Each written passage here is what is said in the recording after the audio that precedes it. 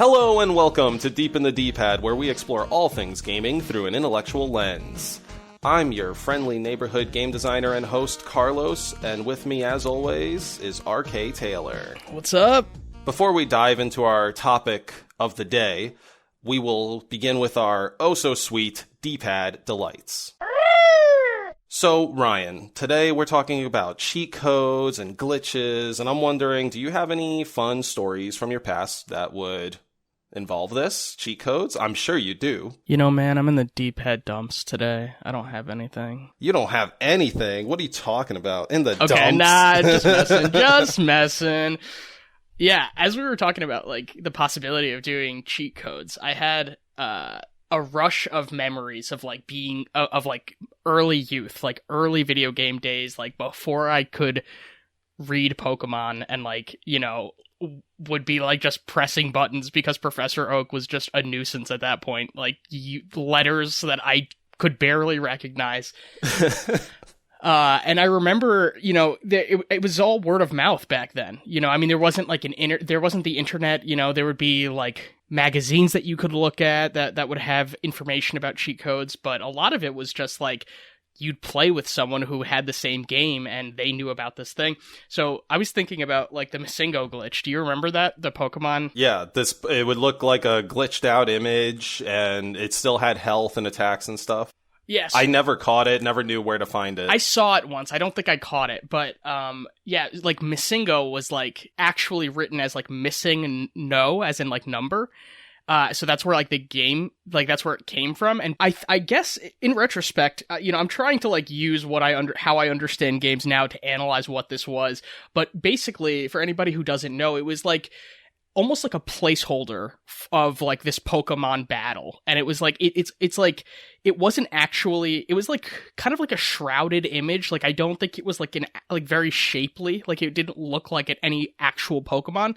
And you had to do something like surf on your like Pokemon and like go around this island or whatever. I don't remember all the steps because like, I mean, this is like literally like 20 something years ago, you know?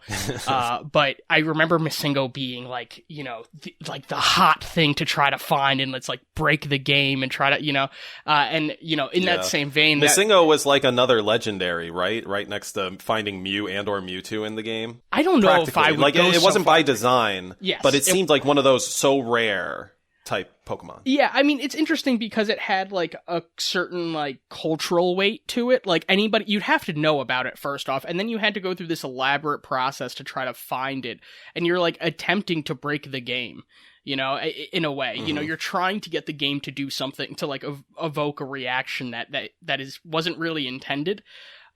So I think in terms of, like, if someone else had Masingo, that was, like, as cool as having a legendary.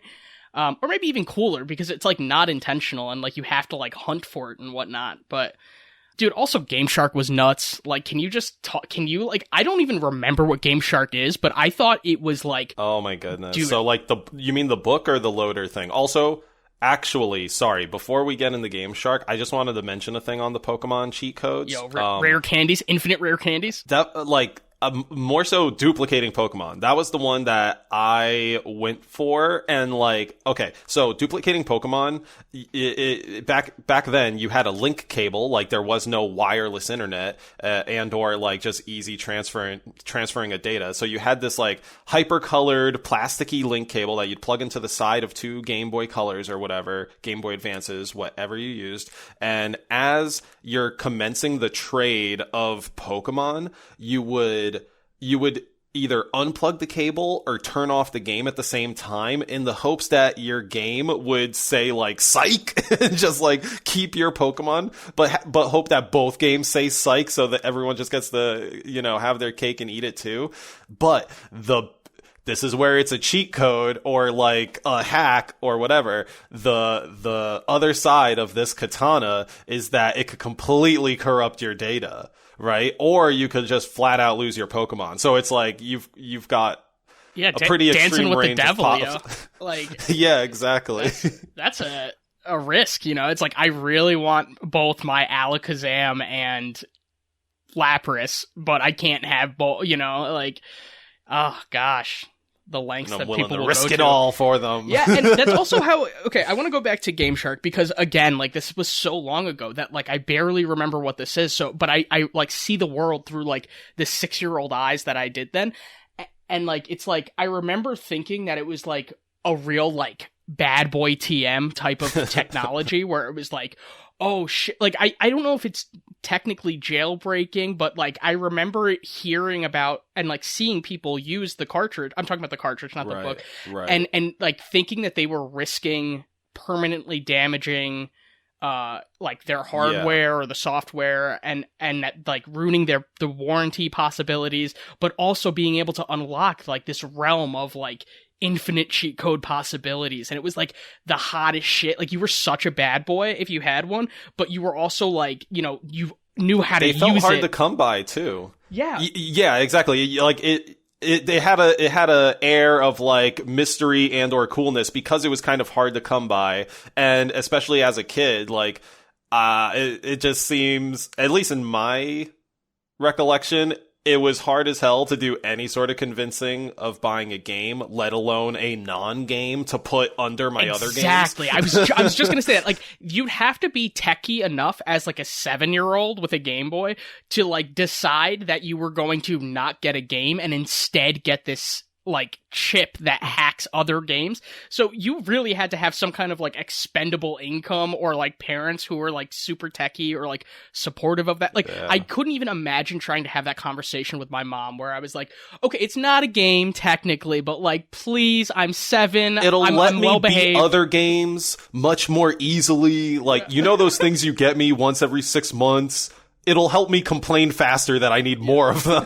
Like, that, I imagine that's how it would translate, right? It's like, get this thing that helps me beat games faster. And it's like, why the fuck would I do that? So how did Game Shark actually work before we get deeper? I've only ever seen like a couple of videos on it, but if I recall correctly, at least, okay, so physically, let's say you had like a Nintendo 64 or something, like, you would put the N64 cartridge in, and then you would put your video game cartridge on top of that N64 cartridge, the Game Shark. And from there, turn on your console, and it runs through the Game Shark first.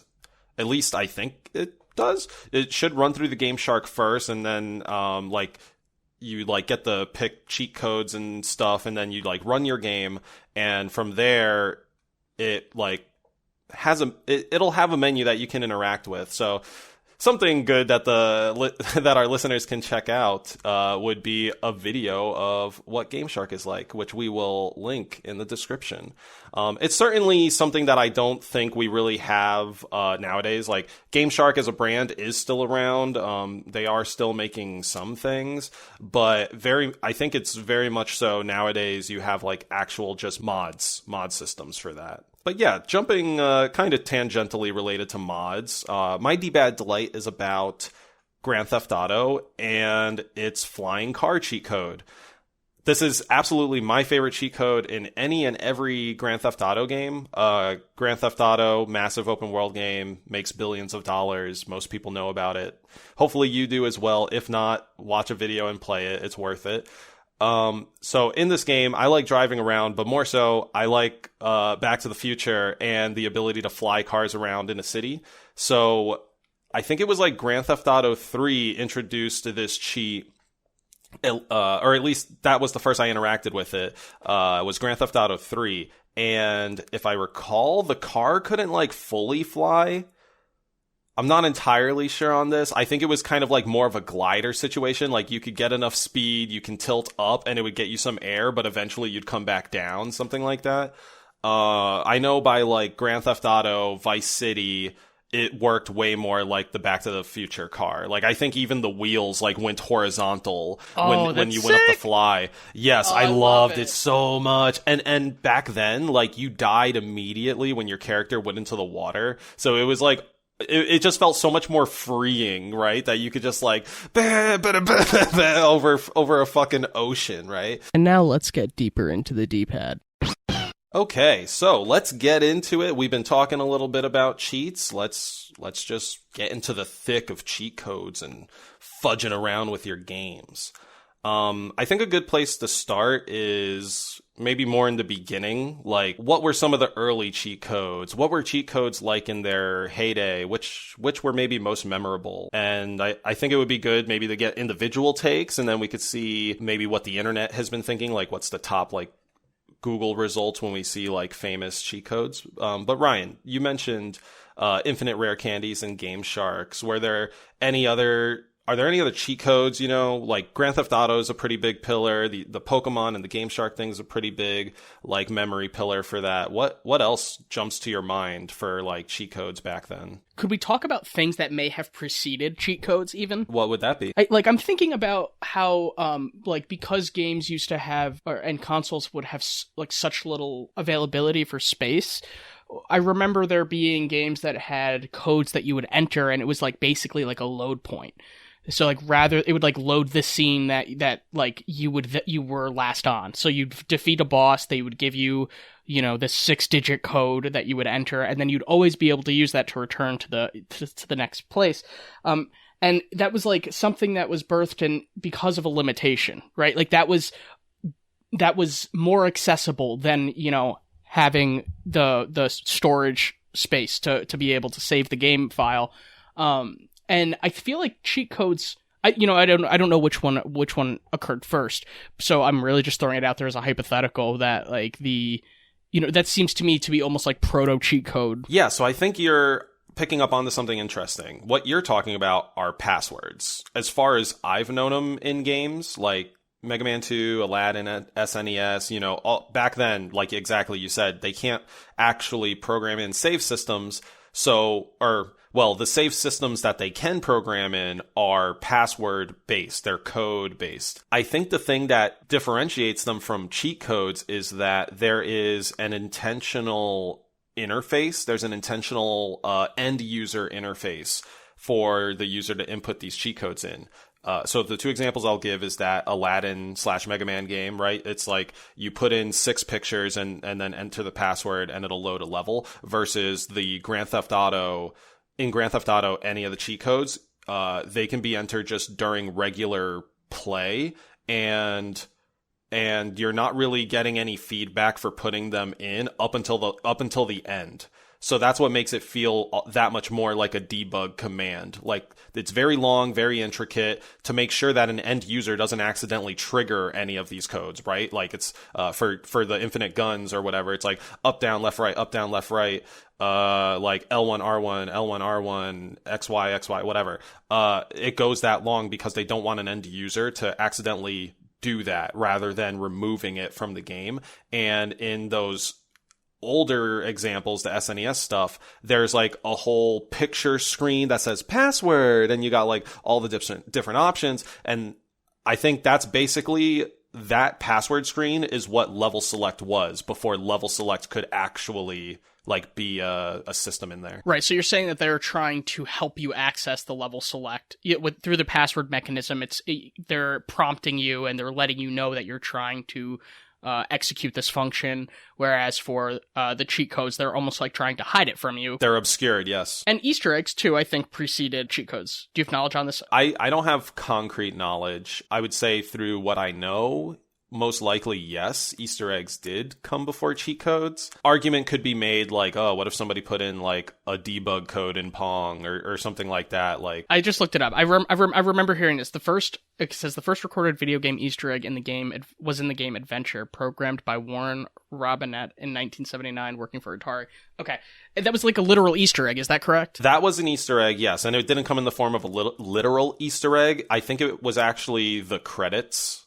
It was one of the creators or one creator who put in multiple developers' titles. But anyway, it was the credit screen. Like, that game didn't have a credit screen, so the Easter egg was a room where the developer wrote their name in the room. Right. Yes. And yes, that is like the earliest Easter egg. And you still see Easter eggs like that to this day. Like I hid this little signature, or I hid this picture, I hid this item here. One of the funnier examples of that is in GTA San Andreas. I think it's like one of the bridges or something that you go to. If you go there by jetpack, it'll say that there's nothing to see here, no Easter eggs, go away. And that in itself is like an Easter egg. Yeah.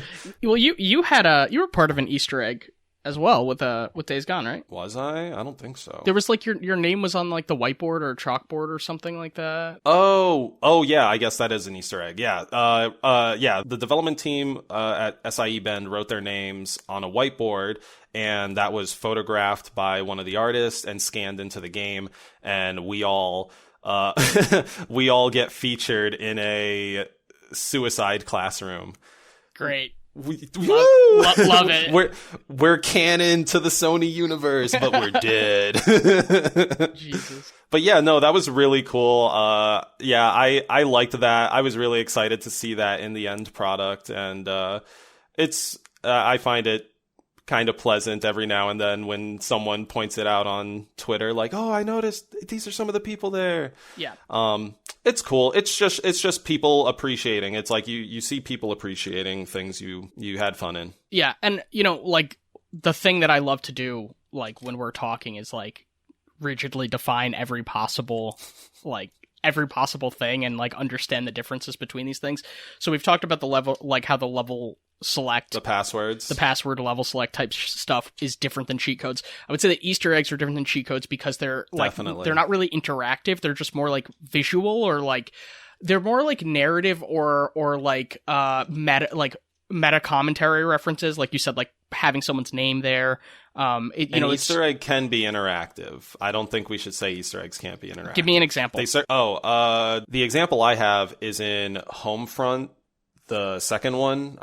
Homefront, the I don't remember that subtitle, but anyway, in Homefront 2, there's an arcade cabinet that you could find on a floor in a certain level, and if you interact with this, it lets you play 2 levels from Time Splitters 2, and then that there is an Easter egg. An actual cheat code is the full game of Time Splitters 2 that's trapped inside that game. So you can play 2 levels of that full game by doing the Easter egg, which is the arcade cabinet, or you can put in the cheat code, which is a much lengthier sequence of things, and you don't go to a specific place to toggle it, and you get like the entire Time Splitters 2 game. Okay, so would you say that Easter eggs are more like found either objects or interactive experiences, whereas cheat codes require not just that you find something, but that you specifically input a correct combination of characters or whatever in order to like command it to like in order to execute it? Yeah, I suppose so. Like, a cheat code, like we mentioned before, is something that will most likely require inputs, if not like a third-party program. But the point of the cheat code is to break the rules of the game in some way, whereas Easter eggs don't really do that.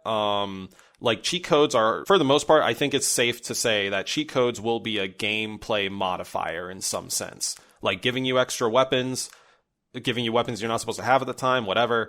Whereas an Easter egg can be experiential. It can be just a thing you see. It could be like the Time Splitters level. It could be a thing you interact with in a short burst that doesn't have any influence at all on the actual like main game experience, main game / narrative experience. I dig that. That's good. Okay, that's our show. Bye, everyone. Thank you for coming to our TED Talk. Something now that we have like cheat codes nailed down and all that, what are your thoughts on like the more physical type of cheating as opposed to digital? So like going back to the link cable thing I mentioned, let's like, it's kind of like lo-fi hacking in a sense. So if you're playing like an N64 game, right? Let's say you're playing like Donkey Kong 64 and you want to like cheat past a door. So in order to do this, you pulled your cartridge halfway out, or you like made it slanted. So like the left side of the cart was out, and it like produced some cool thing that lets you like clip through walls. Yeah, I was never and still am not like badass enough to like fuck with my machine like that. Like, I'm not, like, my cartridge is gonna stay inside the N64 unless I need to, like, blow some dust out of there or something like that. Like, like, I am not messing around with that. Like, those were always too precious for me. And, like, I'm just, like, I'm a rule follower to some degree, you know? I mean, I definitely was as a kid. So I was never gonna mess with any of that stuff, but I remember I tried things that seemed like less invasive. Like, there's this, like, you know, in Ocarina of Time, no, is it? Yeah, I think it's Ocarina of Time.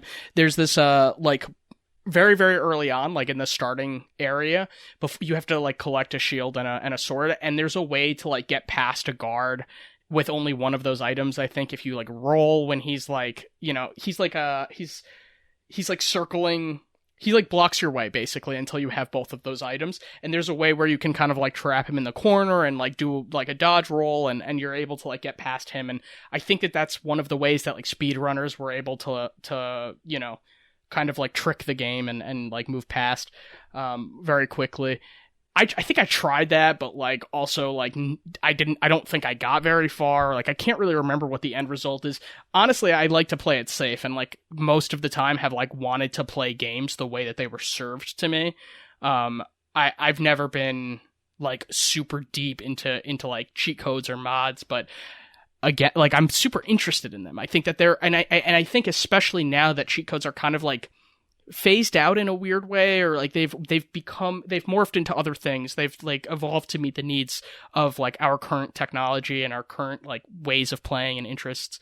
And some of them are even, like, the function of them has been, like, wedded into, like, games, like, customizable. You know, like, there used to be cheat codes for, like, I'm gonna have a lot of money, and then you could, like, buy a bunch of clothes, right? But games now often have customizable features for things that would have required a cheat code, or microtransactions, like we've talked about before, which would serve the same function. Well, looking at a kind of like a list of, like, hey, what are, like, famous cheat codes, and I learned that actually, like, GTA 4 and 5 do have cheat codes. They definitely do have cheat codes, but they're in the form of, like, phone numbers, because both games have this, like, cell phone interface that you bring up. So if you call these numbers, and one of the numbers is, like, let's see, 369, it's like 14 digits long or something. It's, like, definitely, like, I don't think you're gonna find that in the game, but, like, if it is actually written out in the environment, that'd be hilarious. But just real quick, so we're talking about kind of, like, the history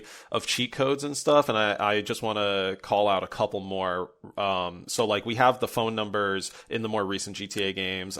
We mentioned the flying cars and, like, getting all the weapons. But Doom had, I guess, like, I don't know if started is the right word, but basically, like, using God mode in games, I think, became very popular with Doom. And in a lot of games, it became just shorthand to, like, dash God in, like, the command prompt menu. One of the big things I remember, actually, obviously the Konami code, but the one I wanted to get to was The Sims. There's a code for, like, a whole bunch of money. It's like, I think it's like Rosebud or something. But yeah, that was a major, because The Sims is so big, like, that was a major cheat code. And I mean, this list calls it out as well. Just like Rosebud allowed you to get, like, an easy couple 100,000, or maybe, oh, okay, so you type in Rosebud and then you add in however many exclamation points you want for, like, thousands of in-game money. Oh my gosh, like, the order of magnitude was your number of exclamation points? Yeah, that's it's 1,000 sim bucks for every exclamation mark you put after Rosebud. Also, Rosebud, like, I'm guessing that's a Citizen Kane reference, and it's, like, interesting that's, like, well, I don't know for sure, but, like, who really uses Rosebud, right? Like, I've never really, whatever. But yeah, you would want to build your fantasy house in The Sims, and, like, you don't want to fucking play and, like, make your sim do all this shit. So what do? You cheat. You modify the game, not necessarily break it, but you definitely do something you're not supposed to be able to do to get a lot of money and build your own dream home and be awesome.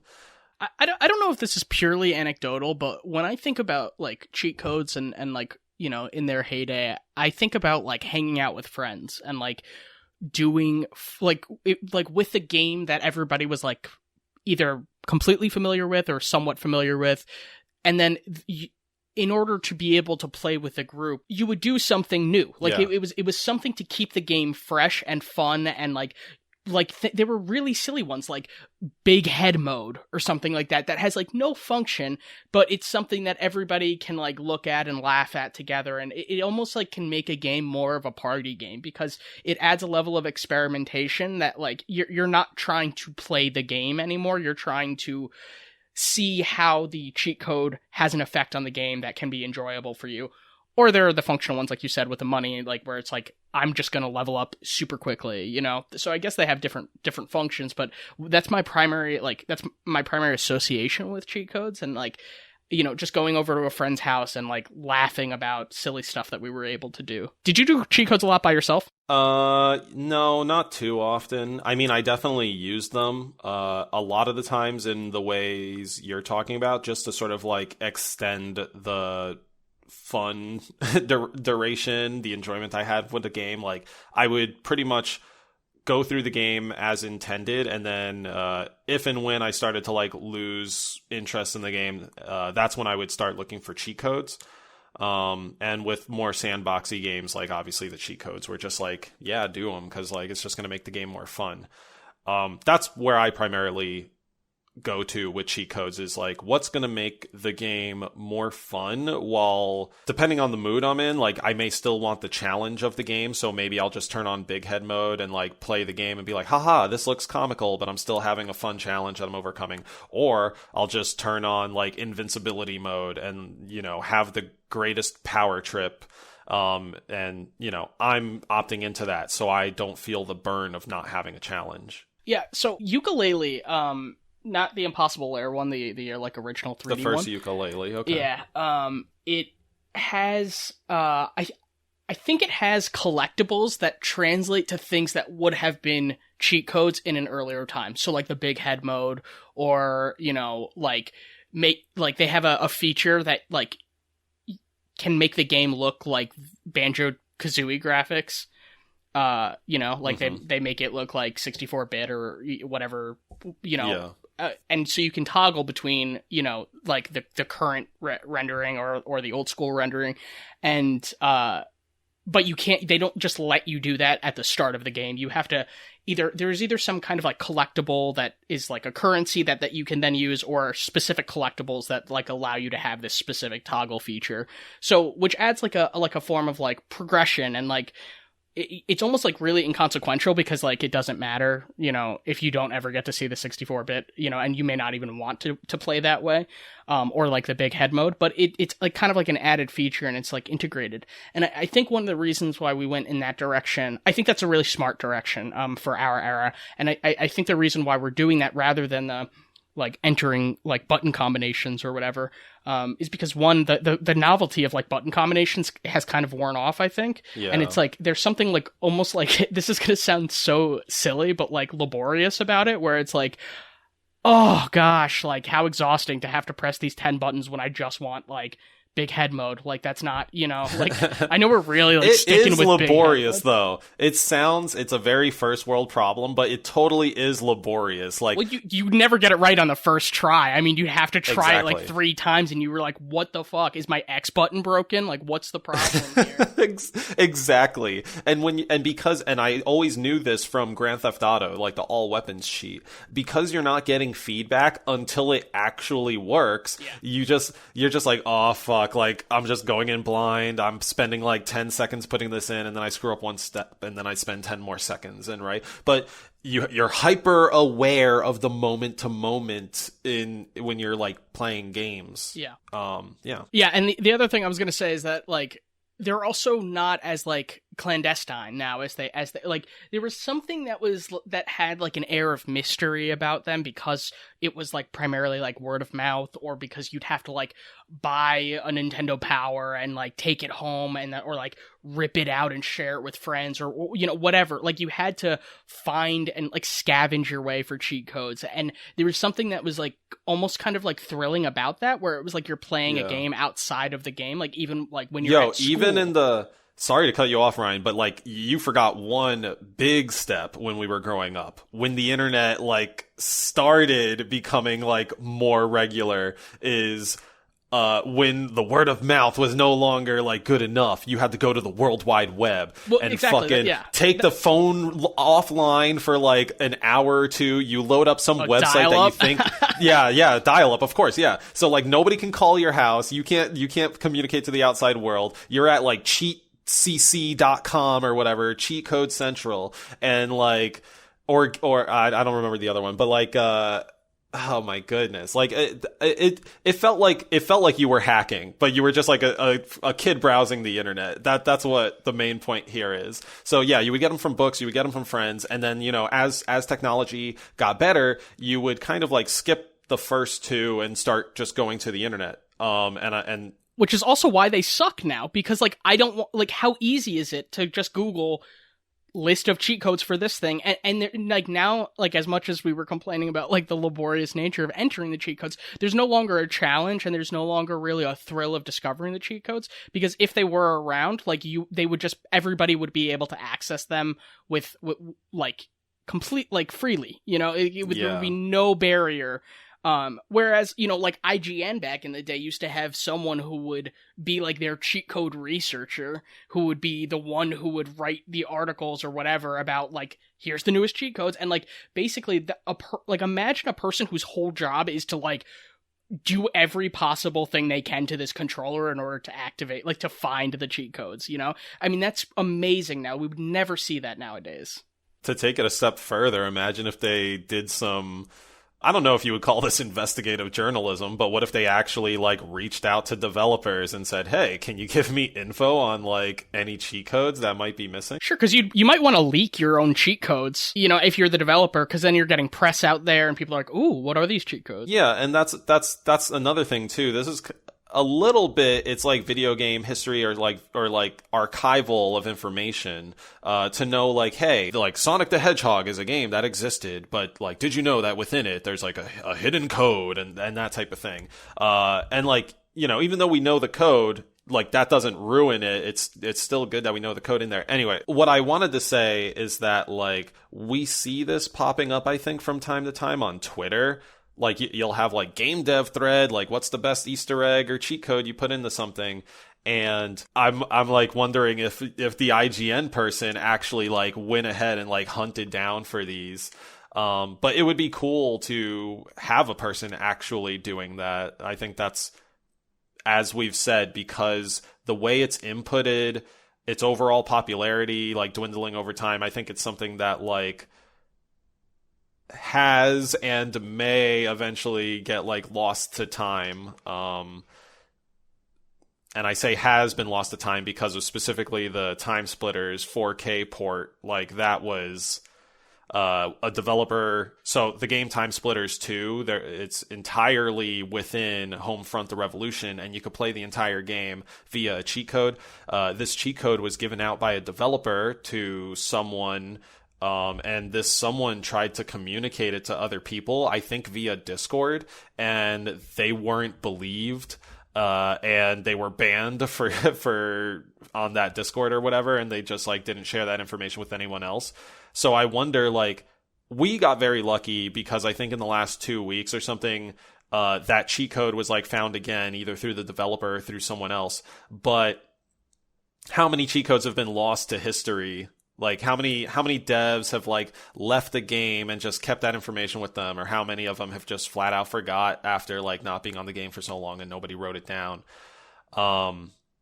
It's just like, I don't view it as like a horribly sad thing, but it's like, I just like having all this weird trivia type information. So I kind of like the idea of them being lost in a way, because they are almost like the most cheat codey if they're unknown. You know, like they've returned to their original state of like, wow, if anybody is ever playing this and they discover this independently, you know, then they will be like, you know, the original, like they are someone could theoretically be the only person alive, you know, who knows about this particular cheat code. Yeah. Yeah. Damn, it's like that's more so special. Fucking cool.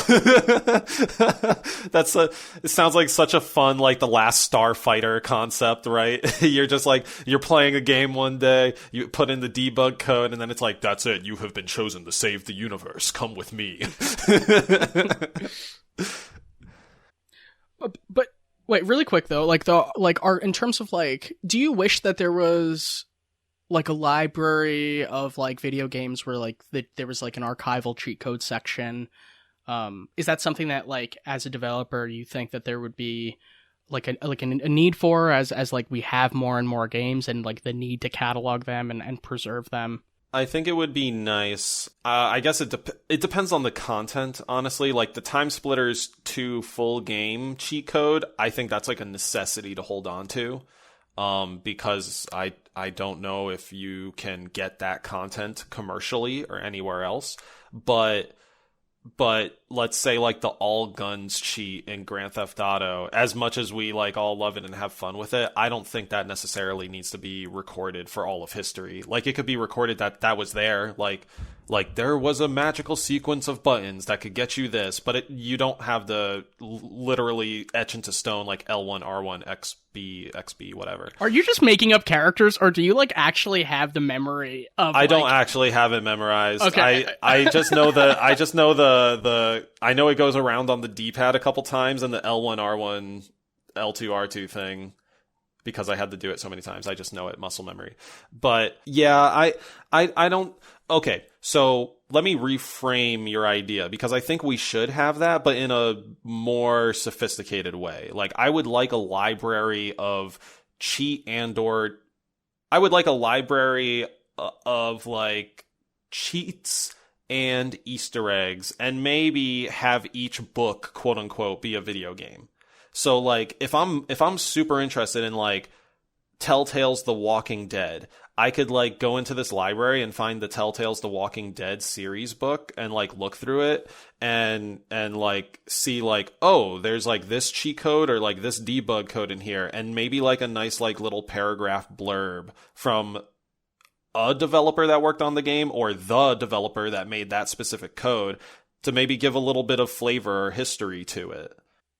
I think that would be really cool, especially if you like actually got to see like who like, or if you actually like got a little like, who is this person, like, or like who was the person that put in the code, like why was the code put in, and if it's something as boring as like, hey, all weapons, we put that in so that we had an easy way to like use all weapons in the thing. Maybe there's a funny anecdote story that comes along with it, like that's what I want more, is like. This sounds more like a museum to me, like a cheat code museum almost, where like there's like placards where like you're honoring the developers who design these cheat codes, and also like depicting either the most important ones or the most historic ones. Like a game within a game is like one of the ones that you said is like absolute must preservation wise, and that makes sense to me. And even if that isn't like one of the most exciting cheat codes for some people, I do think that is just like technologically something that we should hold on to, and like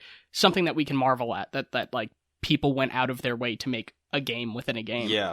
Yeah, 100%. And hide it, and like not make it easily accessible. I mean, that's a lot of work that you have to do for something that very few people will ever play.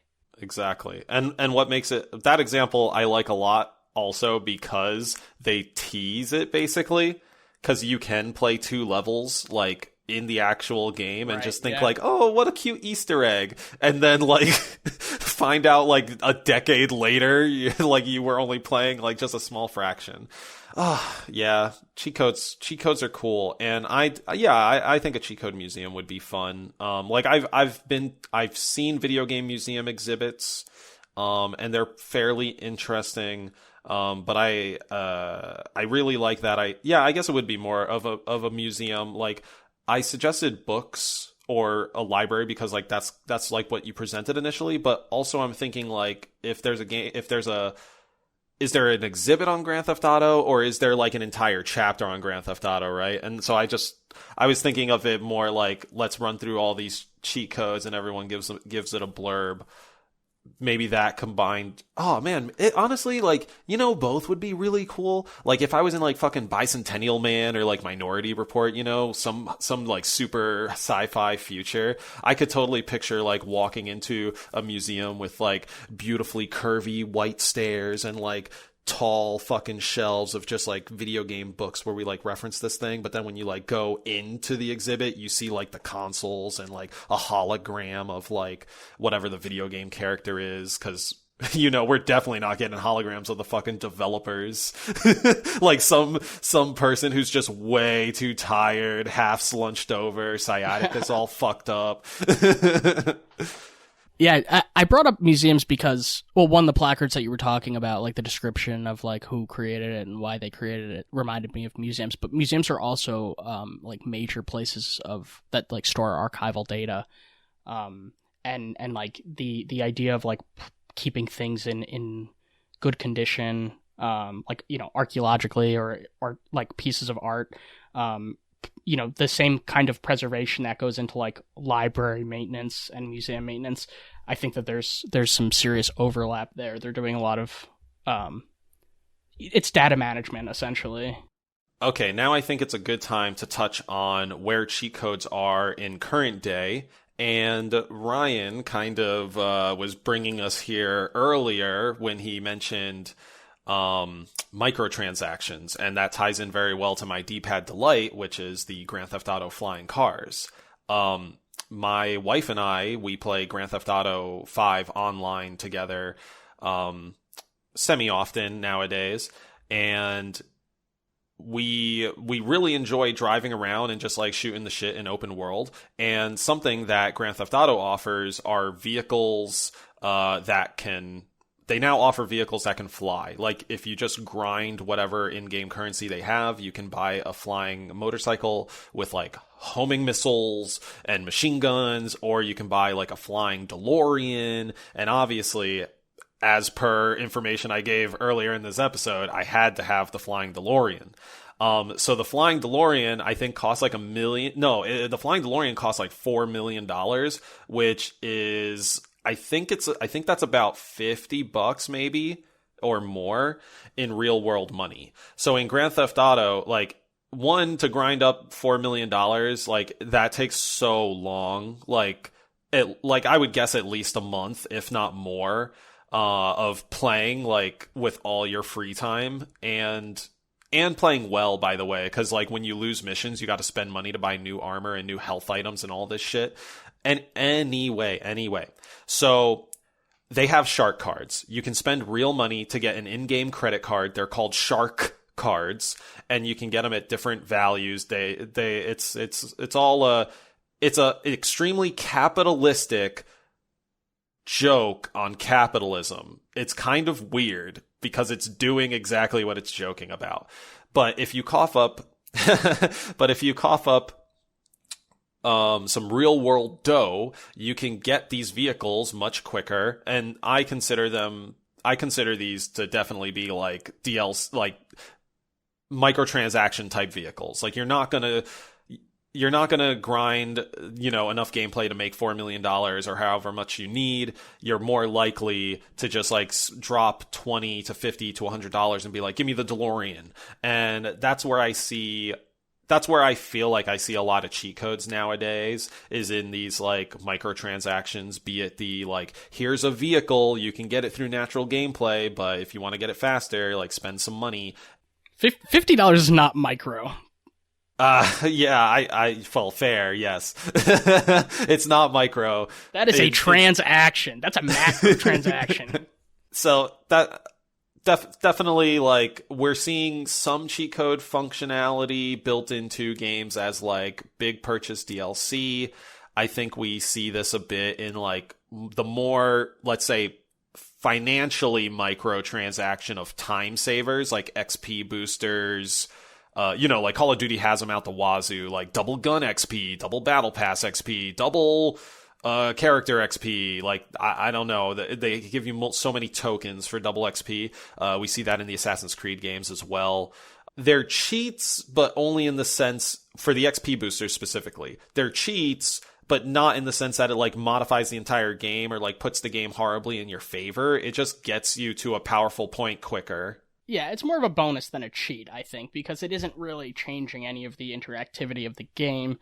It's like changing the UI, which feels different to me than... No, I get what you're saying. Like it, but I just don't think it's only changing the UI. Like it's changing the number intake of like whatever you're supposed to be getting.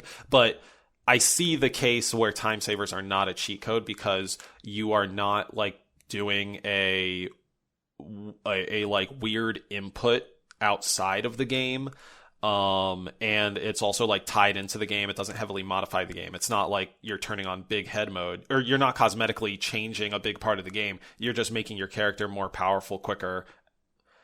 Never mind, I'm wrong on that. I don't think time savers are cheat codes. I did initially. Nice. Yes. Change of heart is back. But yeah, Ryan, what do you think nowadays? I did mention the telephone numbers in GTA 5, but do you think there are other things that are like cheat codes still lingering that aren't actually cheat codes? Yeah, I mean, to what extent are mods still relevant? You know, like I don't really do any PC gaming at this point in my life, but those seem to me to be like the techiest end of the cheat codes, and because they required like actual programming, and I could imagine that they would go nowhere, like, or that they would continue to survive nowadays, because as long as games are being made, people will want to customize it in some way, and the people who are techier are going to be able to do that, and then they could put it out there, and it just makes sense, you know. I totally agree. I think one of the most fun examples I've seen of mods recently was like Oni Plays playing Grand Theft Auto 5. In Grand Theft Auto 5 single player, like people have made mod menus. People have made mods for Grand Theft Auto Online and Grand Theft Auto 5 single player. But anyway, they were using a single player menu, and it would allow you to like change your character model to like whoever or whatever you want. Like you could go from human to cat and literally walk around as a cat. And like you could have like, I think like one of the things was like it like might have equipped you with a grapple hook, which like is just added built-in functionality. It's not actually in the game. So like mods are definitely still there. Like that is what that is to say. Mods are still there, and I agree. They're not gonna go anywhere. I think like maybe even data mining might be under the mods thing. When I say data mining, I mean when people like take a full game's files and then just like break it down and like scrub through like Logan's face.jpg, Logan's face 2.jpg, and like try to scrub through to see like, oh shit, Half-Life 3, there's something called Half-Life 3 in here, right? Like I think that's kind of part of modding, but it's not necessarily like for the game. Like you're taking it to like a way more abstract techie level at that point. I don't think I understand the difference. So is one the case that you're adding a script, and the other the case that you're changing the pre-existing script? Yes. No, well, okay. So you had the first half right. So one is like you're adding a script, like a menu overlay on the game that just lets you, add infinite guns rather than putting in an entire sequence. That's much more of like a PC debug menu type interface. And with the data mining thing, it's more like, say, when you put a CD into your computer and you double click on it to see all 12 tracks in the folder, except balloon that by thousands of files that comprise the entire game, like character models, textures, scripts and like all that different stuff, audio files, that type of thing. So that's why I call it like way more techie. And if anything, I don't think you even do it in the console itself. Like it's something that like you really only do on a PC. Why do people do this? What, the data mining thing? Yeah, I mean, it seems like it would be so time intensive, and it's like, just go make your own game, dude. Like, what's up? Well, I don't think the outcomes are the same. Like I think it's less about wanting to know how it was put together, because you don't know that just by seeing raw files. That'd be that'd be like looking at a bunch of vegetables and meat on the counter and like being like, how does this turn into a stew, right? Or Right, like you yeah. deconstruct the stew, you don't see the steps in between. So like reverse engineering, is that kind of what you're talking Exactly. about? Yeah. It's reverse engineering, but you're skipping the step of actually knowing how it's put together. That's why I'm saying like that it wouldn't help them know how to like put the game together, because Right. It's seeing the stew and not ever seeing a raw vegetable before. Right, like there's the stew on the counter, and like, exactly, yeah. I don't know what a carrot is. Yeah, exactly. You see the stew on the counter, you're like, huh, that's a stew, and then you like go to like 30 minutes ago or whatever, and you see all the raw vegetables, and then you just like miss the part where like Martha Stewart comes in and makes a delicious stew. That's the whole development cycle right there. So I think it's kind of like it's similar to the cheat code / Easter egg hunt. I think if anything, it is not purely, but it is mostly Easter egg hunt, are these like data miners like goals. Like if I search through Half-Life Alyx, will I find files called Half-Life 3? Or I think that also happened for like Portal and or Left 4 Dead. Yeah, that's kind of like the big thing. The other things I've seen from it are like people swapping around files and making funny videos on the internet, like Metal Gear Solid 5, The Phantom Pain. people would like swap assets around to make like, I think it was Quiet's cutscene. Quiet has this cutscene where she like rolls around on the floor in the rain, and it's very very weird. And a data miner like replaced her model with the ghost from PT. So you see the ghost from PT like just all like, I don't know, just moving very weirdly. It's so weird. I'm sorry. It's like so hard to explain, because like also the pigeons in the background are just replaced by like the fetus from PT. So you see floating fetuses in the background as well, and it's all happening in Metal Gear Solid, and you're like, wait, how the fuck does this happen? And there you go. You have the data miners. So it's neat, actually. That I didn't really think of it that way either. So there's like there's part of it that's an Easter egg hunt, and there's part of it where people actually like create something new out of it. I want to ask you an off-topic-ish question. Yeah. This may be controversial, so brace yourself. Bum bum. Are Amibos modern-day cheat codes? I kind of think potentially, although, honestly, I think it falls more under that password category that we had before. Like, interesting. Like level loader? You're talking about the level loader thing? Because they activate function and they have an hidden. interface for it, too, most of the time. There's an interface for it, right? Like, if you're playing Breath of the Wild and you touch one of the doohickeys to the controller, or it might actually have you go to a menu and then say Amiibo time, and then you touch your doohickey. But either way, a screen comes up that says, oh, hang on, the doohickey's interfacing, and then it'll, like, give you items or something else. That's another thing, too, is, like, sure, Amiibos oftentimes provide items, but I haven't seen them do anything that like heavily modifies the game. So like, I think you could put a cheat code in an Amiibo, but I don't think an Amiibo itself is used as a cheat code. More often than not, the Amiibos have been just for like providing items or like a new costume or something like that, which like maybe you could call the new costume a cheat code. In Animal Crossing, you can summon villagers. If you have a specific Amiibo, you can summon a villager and like modify which villagers are on your island based on that. I don't know if that I think that's part of the game, though. Influences you. Okay, fine. Because, well, I mean, I'm not familiar with Animal Crossing, but they do like move out of, like, people move in and out of your village, right, in that game? So Correct. that would just, to me, that just works as part of the loop then. All right, let's get into our skill treat. Yes, if you are unfamiliar with skill treat, this is a newer segment where one of us, our host for the episode, will introduce a piece of information to share with our co-host and the audience. So today I will be sharing my skill tree, which is the strategy canvas. This is something I learned about kind of recently. A strategy canvas is basically a line graph that plots functions / factors against importance for, say, a company or an organization. And then it overlays its competitors or industry benchmarks. That way, the like company can like formulate a strategy for their product. So that's a lot of words that may not make a lot of sense. So let me see if I can make it make more sense. Let's say you're making a movie, right? Like you want to direct a movie. It's going to be like a Nightmare Before Christmas movie.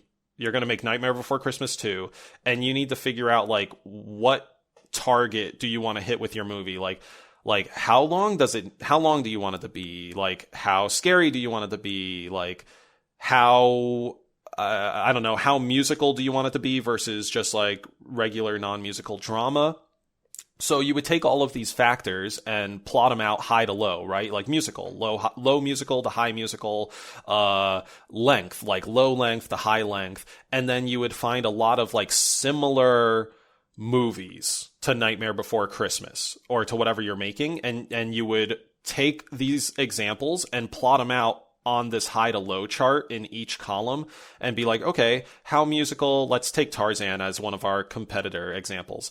Like, how long is Tarzan compared to Nightmare Before Christmas? Is it like longer or shorter? And you plop it on the graph. How musical is Tarzan compared to Nightmare Before Christmas? Is it longer or shorter? And plop it on the graph. And then you do that for like all your competitors, and you get this really cool graph where you can like connect the dots between all the Tarzans and all the Nightmares and see how they chart out for everything. And it gives you like a really good idea of what the thing you're hoping to create is, or where you're hoping it'll sit. And it's a fun exercise to go through. That's kind of like my big takeaway. It gives you a lot of good information. Plus it's just an overall fun exercise to go through. It like gets you thinking in an interesting and new way.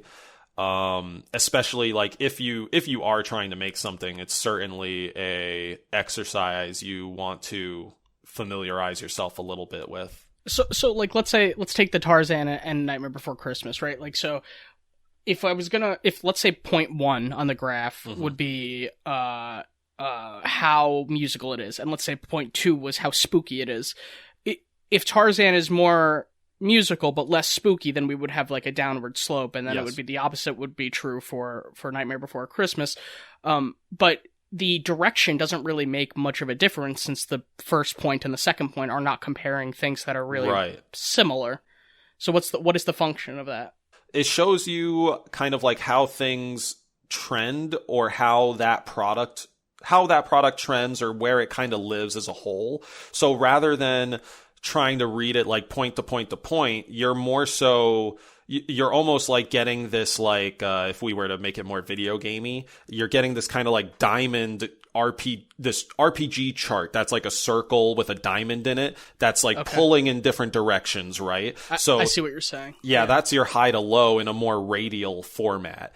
And that will tell me like, oh, okay, so Nightmare Before Christmas is, like medium musical, like high spooky, Tarzan's in this other way. And for whatever you're trying to make, which in this case would be Nightmare Before Christmas 2, you'll know where to plop that down once you have these points and you sort of know what the identity of each thing is compared to its competitors, right? And I guess like some better examples would be, say, like Frankenweenie and Paranorman, because those are on the more spooky end of the animated movies. Like you can compare those much more easily and see where each of them live. And then at the end of the strategy canvas exercise, you could say, oh, okay, I want Nightmare Before Christmas 2 to be like longer than Paranorman, but I definitely want it to be spookier than Nightmare Before Christmas 1.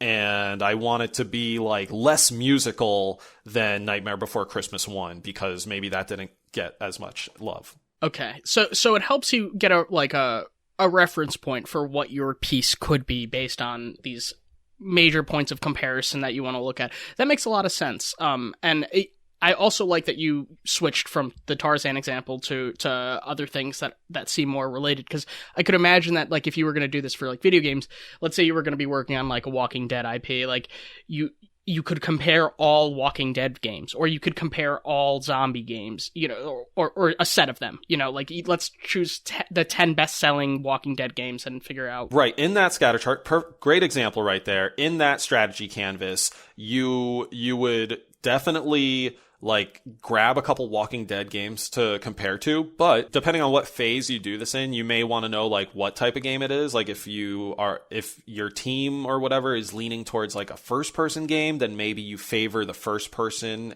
comparisons more so, or you pull in more of the first-person Walking Dead games, whereas if it is a shooter game, maybe you kind of leave the Telltale Walking Dead stuff out of the comparisons, because people know it's not going to be that. Yeah, I could imagine. I imagine you can do this on an even more granular level, where it's like, we're going to take, everybody in the studio is going to look at the same 5 or 10 games, but the, like, artists are going to specifically look at, like, color saturation and, you know, darkness and sharpness and all of these, like, you know, these things that would be relevant for animators to have to focus on.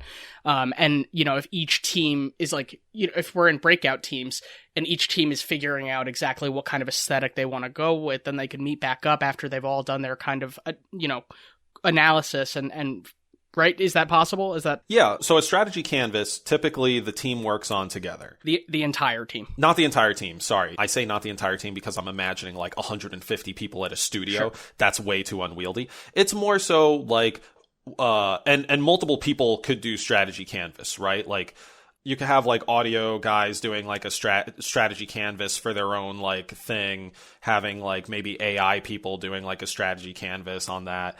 But yeah, typically, like, I think these are done more in a smaller group, and then that gets fed out to the larger group. So, like, the strategy canvas is helping to determine a goal, vision, or point to reach, and through there you could, like, fill in the blanks and, like, have that lighthouse beacon to bring you forward. Okay, I gotcha. That makes sense. That's pretty cool. That seems like a good, like, anything to help break down things into more, like, bite-sized components for when you're working with such large teams, you know? I've never worked on a project like that, honestly. Like, almost every job that I've ever had, it has been almost entirely, like, I'm on my own, you know, besides, like, jobs that I had, like, in college, food service type stuff, you know, like, where it's, like, clearly you're part of an integrated team and everybody has to be doing their piece. But, you know, like, what in casework and those kinds of things, I'm you know, it's not a team effort, you know, It's just, like, me and my clients working together. I guess all that to say, I just don't have the same experience of, like, trying to figure out how to make, like, a system function smoothly, the way that I guess you've seen the, like, different studios do things well, do things poorly, and you can kind of take away and, like, understand how the machinery is working.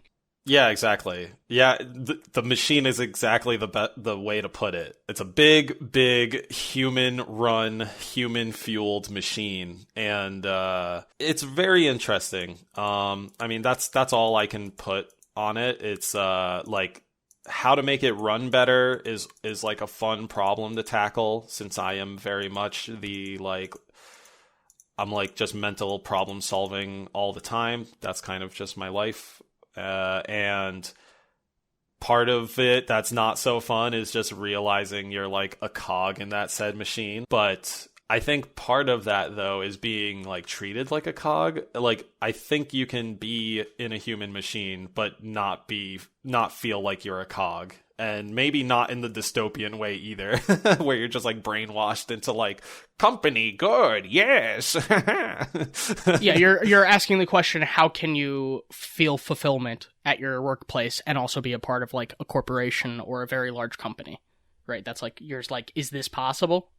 Yeah, for sure. Especially with, like, when games get bigger and bigger and stuff. And I think we've mentioned it in the past. Yeah, we've talked about this, like the horse balls. The Red Dead balls. Yeah, exactly. Dude, that's, like, so a meme of, like, our, like, of this podcast. Like, the horse balls. Longest running joke is like the Red Dead Redemption 2 horse balls guy. Like, the person who worked on, yeah.